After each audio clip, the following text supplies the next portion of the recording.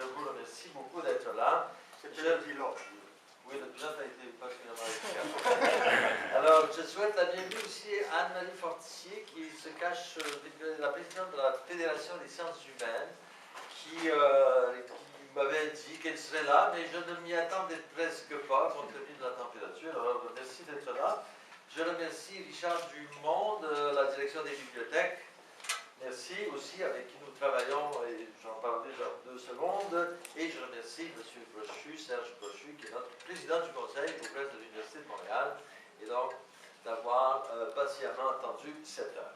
Alors, cette collection s'inscrit dans une démarche un peu plus grande, un peu plus longue, dans le numérique. Ce n'est pas la première fois qu'au CUM, on s'intéresse au numérique. On a déjà beaucoup de choses, mais cette fois-ci, c'est un peu, c'est une étape importante. C'est une étape importante et elle ne s'arrêtera pas là parce qu'il va y avoir des suites aussi avec justement la direction des bibliothèques qui a eu une excellente initiative avec qui nous aurons beaucoup de plaisir à travailler, je pense, dans les prochaines semaines et les prochains mois.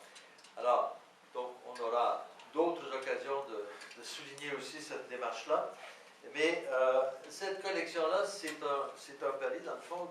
C'est quoi ce pari? C'est de dire que nous voulons faire la démonstration que le mouvement se trouve en marchant. Et donc, on a beau parler de numérique, mais il faut que dans l'édition, on fasse des choses qui aillent dans ce sens-là, qu'on expérimente. À ma connaissance, à travers le monde, beaucoup d'expérimentation, mais il n'y a pas de choses arrêtées, il n'y a pas de formule définitive, acquise une fois pour toutes. C'est un monde en complet mouvement, donc il faut qu'on fasse notre part.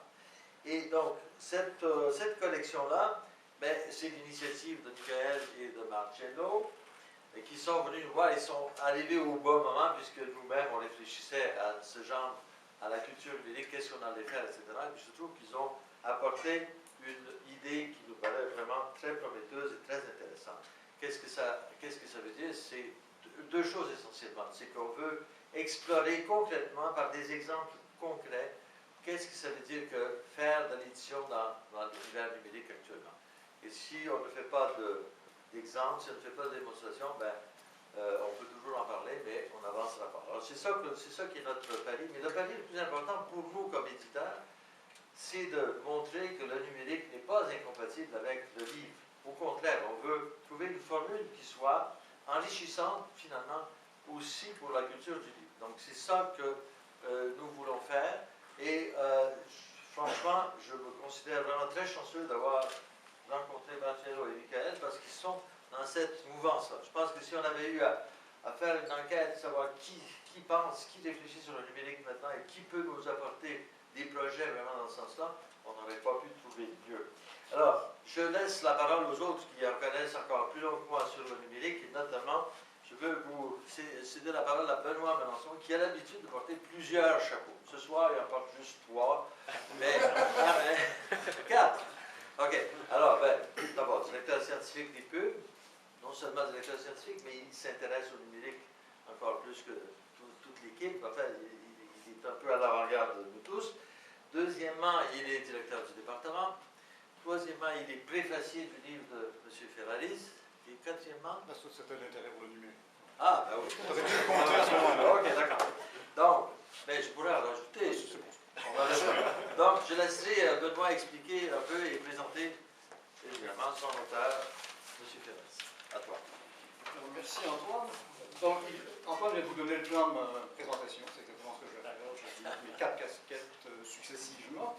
Donc, d'abord, la casquette de directeur scientifique des PUM. Mon rôle de directeur scientifique au PUM, c'est de m'assurer de l'évaluation des manuscrits, de l'évaluation par les pairs, et c'est aussi de conseiller le directeur général en matière d'édition. Un des rôles du directeur scientifique, c'est de dire non quand on nous propose une collection. C'est mon rôle habituel. Quand quelqu'un débarque avec une collection, je dis non, ça ne m'intéresse pas.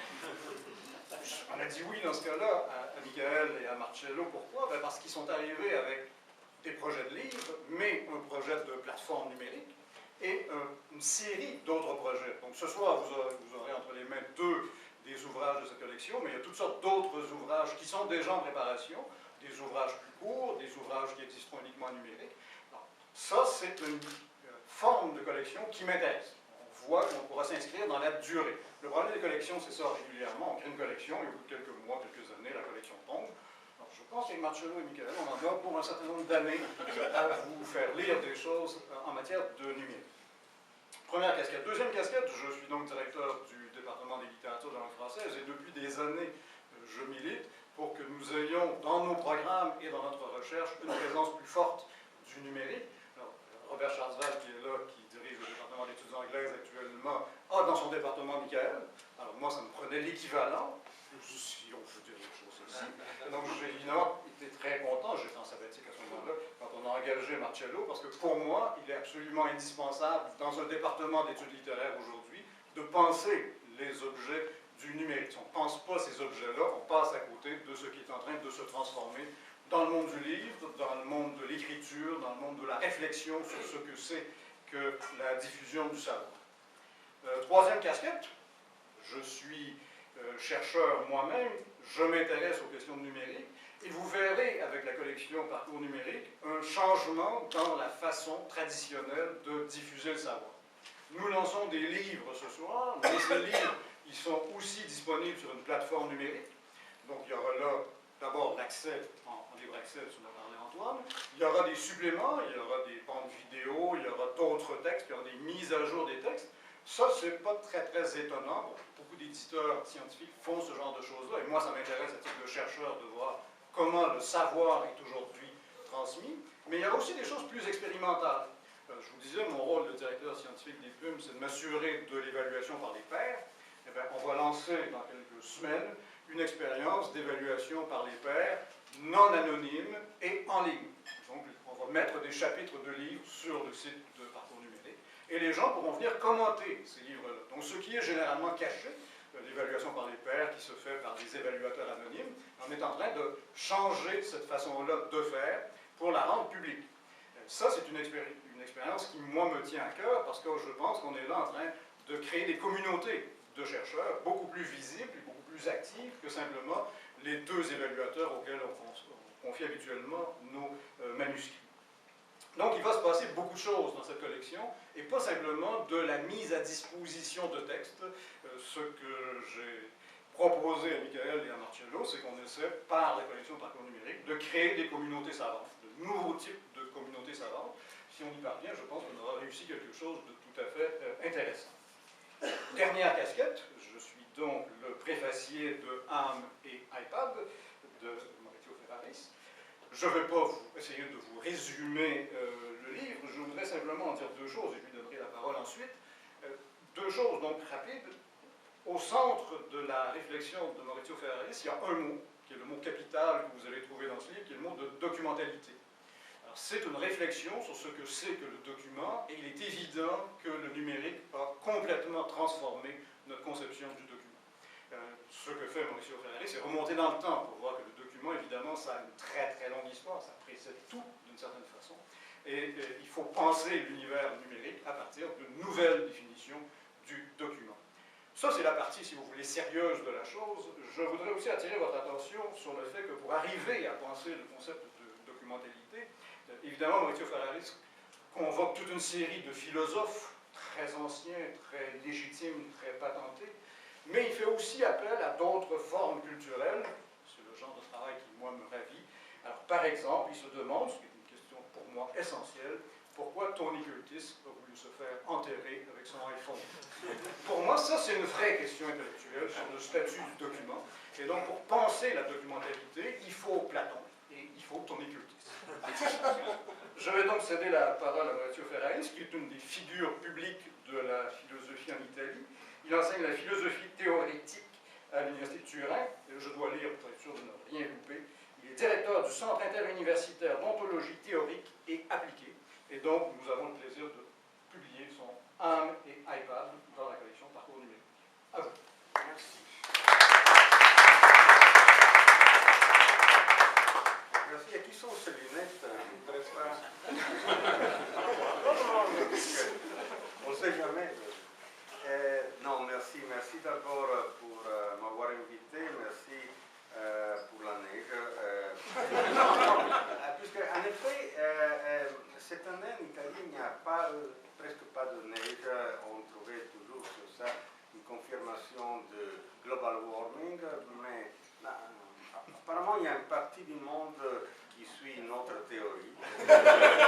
Et je crois que c'est la bonne.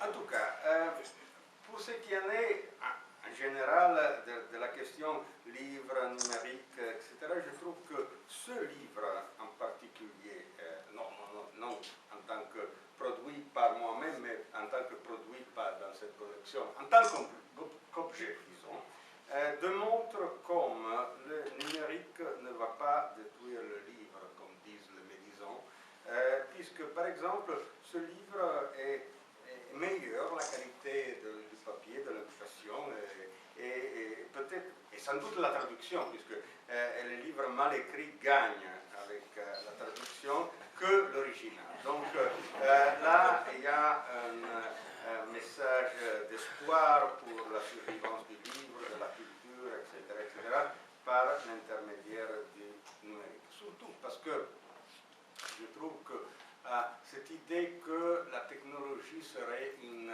perversion de ce que l'homme, l'humanité est vraiment. Pas forcément, c'est-à-dire il n'y avait pas encore le portable, à ce qu'on sait, et Aristote disait que l'homme est un animal doué de langage, ce qui est prouvé, je trouve, par le portable. Il n'y avait pas encore le portable et Aristote disait que la main est l'instrument des instruments, puisque permet de faire toutes les choses, et on le voit très bien avec le portable maintenant. Et il n'y avait pas encore l'iPad, et Platon, Aristote, toute une tradition disait que l'âme ressemble à un livre dans lequel on a écrit. Et c'est la raison pour laquelle, en copiant de la philosophie classique, j'ai intitulé ce livre Âme et iPad. Je ne veux pas continuer sur ce point, sauf pour dire que plutôt qu'une perversion, la technologie c'est une révélation. C'est une révélation de comment nous sommes faits avant la technologie, à supposer qu'il pourrait y avoir un homme, un être humain, nature humaine antérieure à la technologie, ce qui n'est pas le cas. Vous savez, 2001, Odyssée dans l'espace, l'humain commence dans le moment où il y a le singe qui trouve l'utile, qui devient le vaisseau spatial. Donc, c'est là, évidemment, l'humain. Donc, ce n'est pas une perversion, mais une révélation. Une révélation. Justement, pourquoi c'est tellement important, pourquoi nous avons tous des mémoires dans nos poches, par exemple, pas seulement ici, qui a la chance d'avoir la mémoire ici.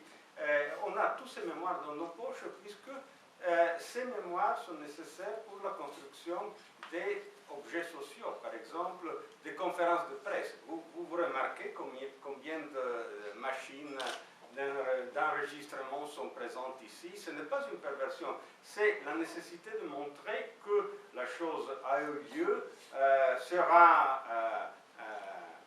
on s'en souviendra de la chose, bien que là, au fond, il y a des instruments qui sont destinés à provoquer un oubli, mais alors on récupère d'une certaine façon et on trouve d'autres instruments de ce type. Donc, j'ai trop parlé. Je voulais juste vous expliquer le véritable énigme qui est dans vos têtes, c'est-à-dire pourquoi Tony Curtis se fait enterrer avec son portable. Alors, évidemment, ce n'était pas pour parler, puisque d'abord, c'était un iPhone 3. On sait très bien que la batterie, et en plus, c'était encore faible comme téléphone, donc il y avait la possibilité qu'il n'y avait pas de champ. Et en plus, évidemment, il était mort. Donc, il n'avait rien à dire, sinon. Mais c'est que l'iPhone, comme tous les outils que nous avons dans nos poches, sont pleins de mémoire. Et alors,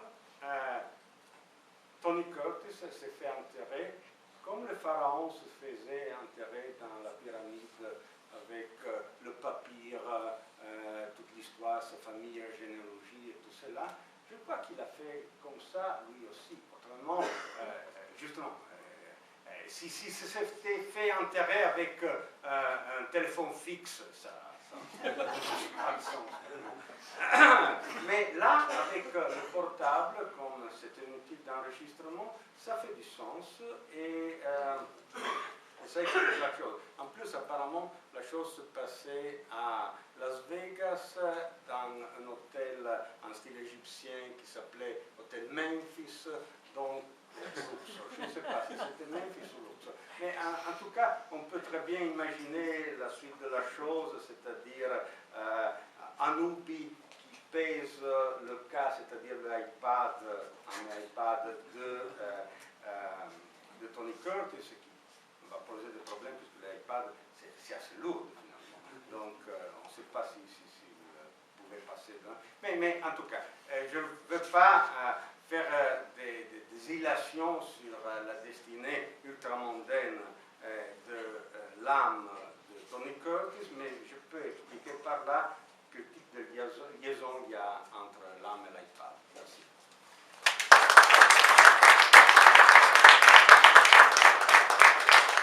Alors maintenant, le héros de la soirée. Marcello va parler plus précisément de la collection comme telle. Il va faire même une démonstration avec... Alors, une fois, on demandait à personne ce que serait la littérature dans le futur. Et personne ne répond, j'en sais rien. La littérature, on va voir demain. Pourquoi? Parce que les possibles ne sont pas déjà là et il faut choisir entre un possible et l'autre. Bon, il fallait que je cite personne pour faire voir que moi aussi j'ai lu un peu de philosophie avec les intervenants comme Maurizio. Donc, quand on demande ce que c'est que le futur du livre, j'ai tendance à dire, faisons-le, plus que essayer de discuter sur est-ce qu'il y aura encore des livres papier ou pas. Nous avons parié sur le fait qu'il y a un sens au livre papier, ou mieux, nous voulons donner un sens au livre papier, mais en même temps que nous voulons donner un sens à la lecture numérique. Donc nous essayons de prendre une position qui ne soit ni celle de ceux qui disent « il n'y a des cultures que un papier », ni de ceux qui disent « ah finalement le papier est obsolète et si on veut être vraiment cool, on va passer au tout numérique ».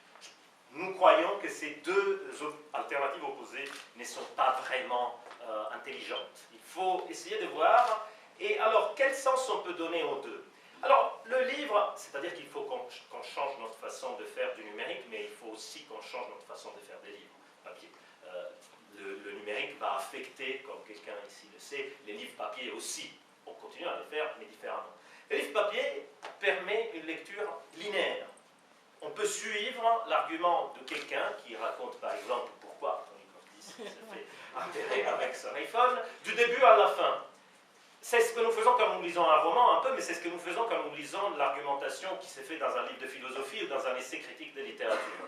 Je suis quelque chose. Et si le livre est bien écrit, je continue à le suivre du début à la fin, et j'ai envie de savoir, que ce soit de la philo ou que ce soit un livre de critique cinématographique, peu importe, je suis du début à la fin. Tout l'appareil critique ne sert pas. Au contraire, ça nuit à la lecture linéaire. Donc, notre pari, c'est des livres courts, avec un appareil critique réduit au minimum, voire non existant. Pour les prochains livres, on va promettre qu'il n'y aura pas de notes. Il n'y a pas de bibliographie sur cela. On suit l'argumentation, on suit les raisonnements.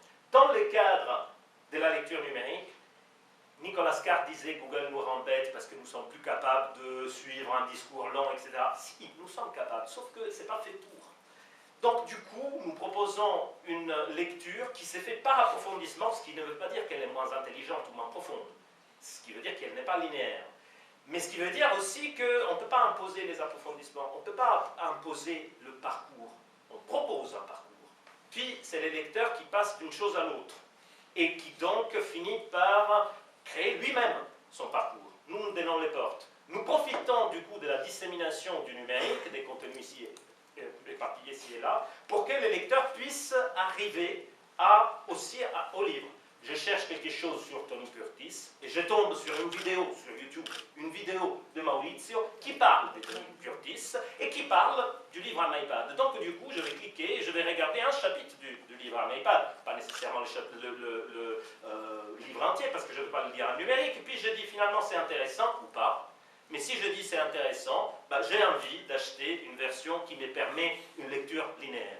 Voilà, ça c'est le pari que nous faisons. Je ne sais pas, Mickaël, si tu veux dire deux mots ou si je montre juste la plateforme. C'est plus simple. Donc, vous avez très rapidement, juste pour vous faire voir un peu quel est l'esprit, ça c'est le site de la collection. Et ensuite, nous allons sur le site de chaque livre. Donc, chaque livre a son propre site où les livres sont présentés de façon assez classique. Alors, l'idée c'est aussi... Évidemment, il s'agit de sites internet, donc il faut que ça change, il faut que ça bouge. Nous présentons aujourd'hui une première version, mais ça va changer dans le temps, parce que justement, les parcours se font au fur et à mesure. Tandis que ça, c'est fini, on ne va pas les changer, parce qu'on veut le lire d'une seule manière. Ça, on va les lire de 1000 manières différentes, et au fur et à mesure des lectures, on va changer la façon de le présenter aussi. Voilà. Donc, ensuite, bon, des contenus additionnels, et surtout, une liseuse qui nous présente un livre augmenté. Alors, en donnant la possibilité de lire de façon facile, mais en nous donnant aussi en même temps des contenus qui font sortir en réalité du schéma qu'on fait en lisant. Parce que par exemple, je suis en train de lire l'histoire des humanités numériques et bon, j'ai entendu parler de Van de Wabush qui a inventé le Memex, et puis ici je vois la vidéo sur le Memex et je vais regarder cette vidéo-là sur le Memex, mais donc du coup peut-être je vais aller directement sur YouTube et je vais chercher d'autres choses. Donc je pars de la plateforme. Ou bien ici, je trouve la bibliographie complète. Vous voyez, on a fait que les liens renvoient à la même page. On ne part pas sur une autre page. On n'ouvre pas un autre onglet. Ça veut dire que là, on n'est plus sur la plateforme. On est ailleurs, on est sur Zotero pour pouvoir prendre la bibliographie, pour la partager avec quelqu'un, ou pour aller chercher une autre bibliographie sur des thématiques connexes. Ça nous permet donc de faire sortir les gens pour créer leur propre parcours, mais ça nous permet aussi de les faire rentrer, parce que par exemple, je suis sur YouTube et je suis en train de chercher, par exemple, éditorialisation, c'est un des concepts, si j'arrive à l'écrire, clé du manuel que nous avons, éditorialisation, je ne trouve rien, alors cherchons plutôt numérique. Ben non, ben je voulais que ça soit dans les premiers résultats, bon voilà, c'est dans les premiers résultats. Donc voilà, je trouve cette vidéo magnifique, et ensuite je veux approfondir la question, donc je regarde ici, et ici je trouve un lien qui me renvoie à la collection et au chapitre de livre qui parle de ça. Donc c'est une entrée qui me permet ensuite de rentrer là-dedans et peut-être de m'intéresser et de dire, bon, là je vais lire le livre en entier parce que l'idée qu'il propose m'intéresse. Donc ça c'est un peu notre vision de la chose. Évidemment c'est un pari et je remercie, après je te laisse remercier parce que tu es meilleur que moi pour remercier, mais c'est un pari aussi éditorial, parce que derrière il y a le pari que tout ça c'est gratuit, c'est accessible gratuitement. Alors qu'il y ait vraiment une forme de lecture et des gens qui veulent cette forme de lecture-là, c'est un pari, et merci Antoine et Pume pour avoir accepté de le faire, ce pari. Et voilà, c'est tout ce que... sur le monétique. Bon, le format évidemment papier est le format qu'on achète avec la version linéaire, ou le format en mothétique, c'est-à-dire l'édition EPUB ou PDF. C'est-à-dire c'est du numérique, mais c'est du faux numérique, parce que c'est exactement pareil qu'un livre papier, sauf sur l'écran devient un support. Tandis qu'ici, l'écran n'est pas seulement un support, c'est un univers, un environnement complètement différent. Mickaël. Brièvement, juste pour compléter un petit peu, comme disait Marcello, je vous remercie tous d'être venus, mais surtout, plusieurs personnes à remercier en mot de conclusion. Les presses avec Antoine, mais aussi Nadine Tremblay, qui nous a suivis depuis maintenant à peu près un an, qu'on travaille avec les presses pour tout le développement des livres et tout ça. Benoît a un chapeau de directeur scientifique qui a été important pour nous, mais il est aussi directeur de département, et c'est très important pour un jeune collègue d'avoir le support, de se lancer dans une entreprise qui n'est pas toujours reconnue aussi par les pairs d'un point de vue institutionnel. Donc, dès son embauche, Benoît a été un directeur très fort pour ça. Et de mon côté, Robbie Schwarzwald me suit depuis maintenant une dizaine d'années sur les efforts du numérique, et c'est toujours très important, et je le remercie beaucoup pour le support qu'on a développé ensemble et la symbiose des deux départements. Et le mot final vraiment pour nous deux, revient à quelqu'un qui a travaillé encore plus fort que nous tous. C'est Hélène Beauchef, qui se cache quelque part dans la foule, mais dont vous verrez le nom, qui est en train de rougir au fond, vous avez son nom partout, est en train de tweeter exactement, c'est aussi son rôle de tweeter, de faire ça pour nous aider beaucoup. Et je vous encourage nous avons 4 plateformes pour que vous puissiez vous-même expérimenter, venir regarder la plateforme, c'est parcours numérique-pume.ca. Vous avez évidemment les 2 livres en papier que vous êtes bienvenus de feuilleter, d'acheter, de rentrer. Un des auteurs, Stéphane Sinclair de McGill, est aussi présent. Il a participé à notre manuel sur la pratique de l'édition numérique. Et donc, encore une fois, un grand merci à tout le monde d'être venu ce soir pour le lancement de notre nouvelle collection. Merci.